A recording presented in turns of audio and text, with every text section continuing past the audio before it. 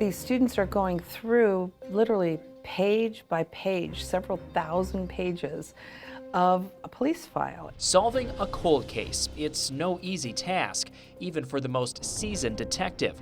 But sometimes the more eyes there are on a case, the more ideas, theories, and clues that pop up. And at Western Michigan University, students are serving as that extra set of eyes. I've always been interested in cold cases for as long as I can remember. I kind of grew up watching true crime shows, reading books about unsolved cases. I've always been really into the serial killers, things like that, following news stories, reading up on historical ones. It's always been something that kind of fascinated me. I always knew I was interested in this, specifically forensics, and I've always watched different documentaries, movies. These students aren't doing suspect interrogations, but they are helping state police with what can be one of the most time-consuming parts of a cold case. So at first we started scanning documents from cold cases that detectives have given us to do.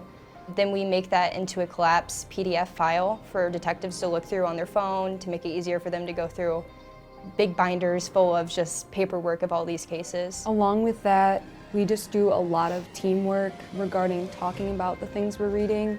Any kind of maps we can draw out, family trees, anything where we can take a section of the case and kind of work on that and expand on that. Condensing all that material down from boxes and boxes of files to a searchable PDF saves detectives countless time and energy when chasing down potential new leads.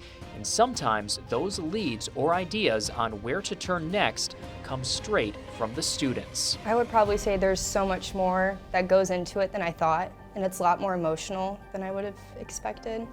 You have to be very strong in the sense of your emotions and not let your emotions get the best of you. All that meticulous work quickly paid off when state police announced the arrest of a man tied to a West Michigan cold case in 2022. Your program's been up and running roughly 2 years, and you've already helped with one I know, conviction. it makes it That's sound... got to be a really good feeling. I know, it makes it sound really good, doesn't it? I love this. We have 100% success. I keep telling everybody that real quick. I think for me, the kind of biggest moment was attending Patrick Gillum's sentencing. I was involved with the Roxanne Wood case, and getting to go down there and see that moment of justice and closure and get to meet her family really just drove home how big and important the work we're doing here is. All that in-classroom experience is translating to invaluable real-world experience. I feel like for me, it's definitely getting hands-on. I've always wanted a hands-on experience,